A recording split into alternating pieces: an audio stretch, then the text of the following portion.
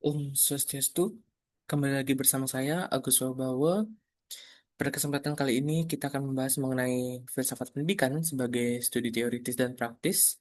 Tentunya akan kita lihat dalam perspektif Bali yaitu Trihita Karana atau tiga cara untuk menuju kebahagiaan.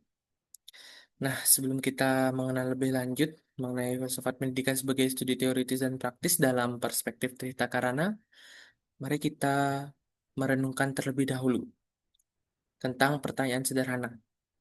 Apakah pendidikan di Indonesia ini hanya soal sekedar nilai ujian dan ranking saja? Nah, tentunya lewat presentasi dan kesempatan kali ini, saya ingin mengajak kalian semua untuk merenung bagaimana sebenarnya filsafat pendidikan itu bisa kita jalankan, bukan hanya sekedar dibicarakan saja. Kita awali dengan pembuka terlebih dahulu, yaitu pertanyaan sederhana, apakah pendidikan hanya soal nilai ujian dan ranking? Seringkali kita mendengar bahwa cerita siswa yang belajar mati-matian hanya untuk mendapatkan angka yang sempurna di ujian.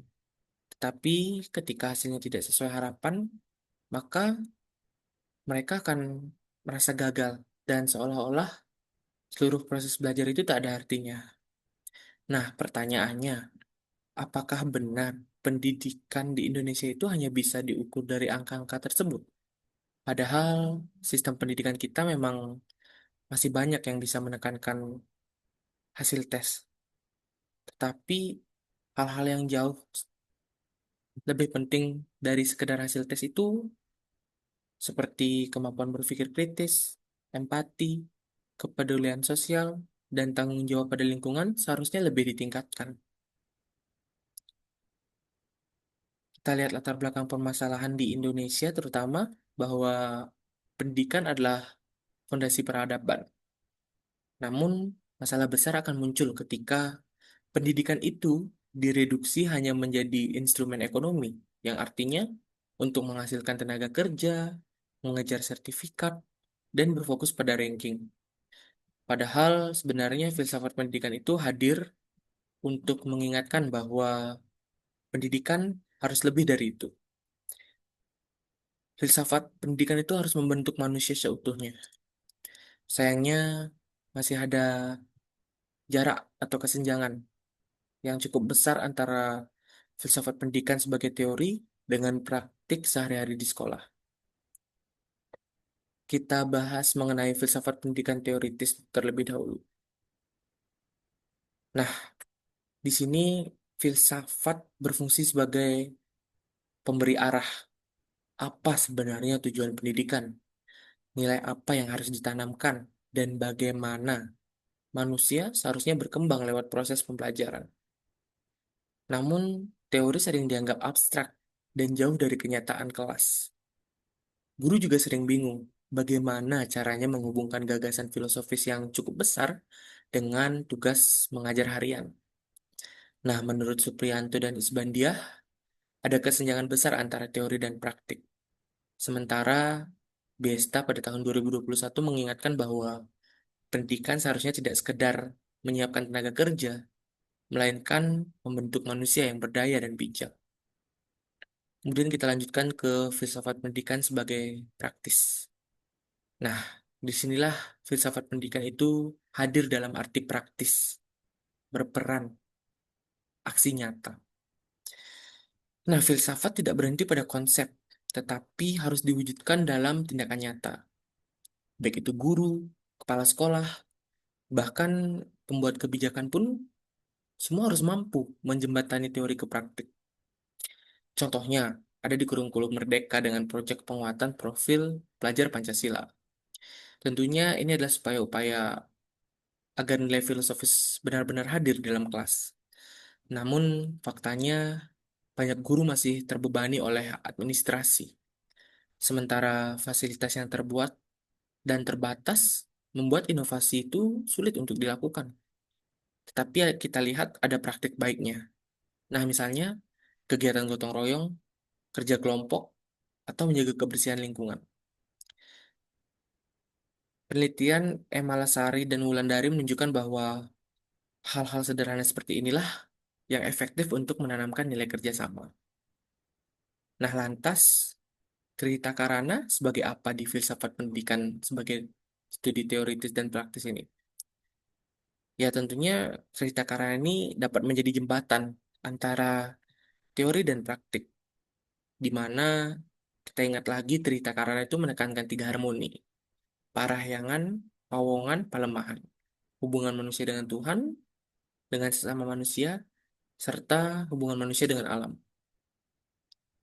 Nah, yang menariknya, nilai ini ternyata tidak hanya normatif, tapi bisa dipraktikkan secara sederhana di sekolah. Doa bersama sebelum belajar, kerja bakti antar siswa, hingga proyek lingkungan adalah wujud nyatanya. Nah, penelitian Redana menegaskan bahwa THK membuat pendidikan berakar lokal, tapi tetap relevan secara global. Nilai-nilainya itu tidak hanya untuk Bali, tapi siapa saja yang ingin pendidikan yang humanis. Pastinya dalam menjembatani filsafat pendidikan sebagai studi teoritis dan praktis itu ada tantangannya. Tentu mengintegrasikan filsafat ke praktik tidak semudah membalik telapak tangan. Cukup ada setidaknya 5 tantangan. Yang pertama dari segi epistemik, yaitu guru kadang sering kurang memahami makna filosofis secara mendalam. Kemudian dari segi struktural, sistem pendidikan kita itu masih bisa dibilang terlalu birokratis, sehingga inovasi pun juga agak sulit untuk tumbuh. Yang ketiga yaitu dari segi kulturalnya. Nah, ada pandangan bahwa THK hanya relevan di Bali. Padahal sebenarnya jika kita telah lebih dalam, THK itu sifatnya universal.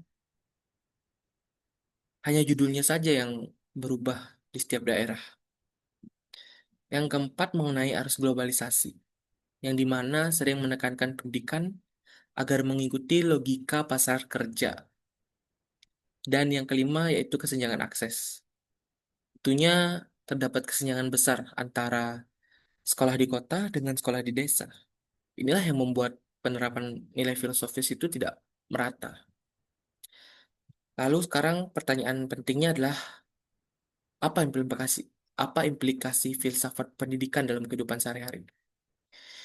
Nah, jika kita lihat dari sisi spiritualnya, siswa bisa belajar bersyukur, rendah hati, serta berefleksi. Sedangkan dari sisi sosial atau pawongan, mereka tumbuh dengan empati dan solidaritas melalui kebiasaan gotong royong.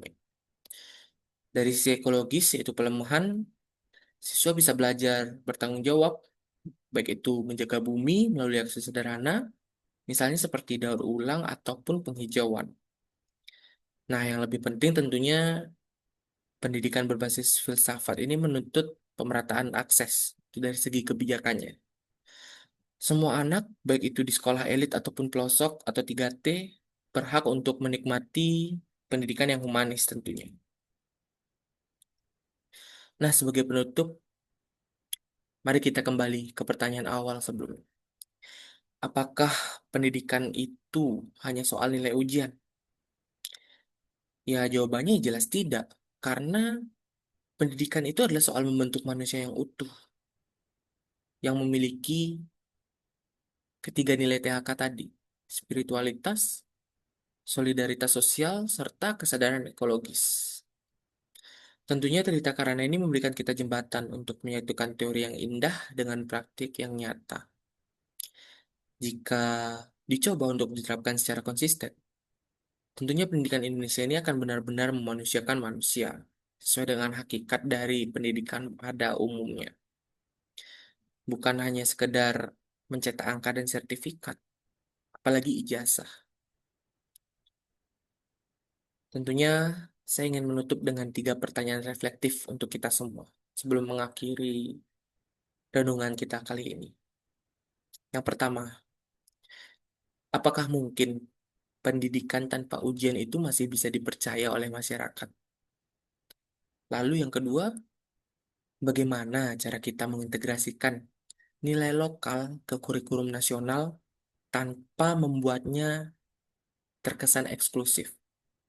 Dan yang ketiga, bisakah Trihita Karana itu menjadi paradigma pendidikan inklusif di Indonesia, bukan hanya sekedar di Bali? Nah, tentunya pertanyaan-pertanyaan tersebut bukan untuk dijawab secara cepat, tapi mari kita renungkan bersama pertanyaan-pertanyaan tersebut demi kemajuan pendidikan di Indonesia. Saya Agus, pamit undur diri. Terima kasih untuk kesempatan kali ini, dan saya tutup dengan para Santi. Om Santi, Santi, Santi. Terima kasih.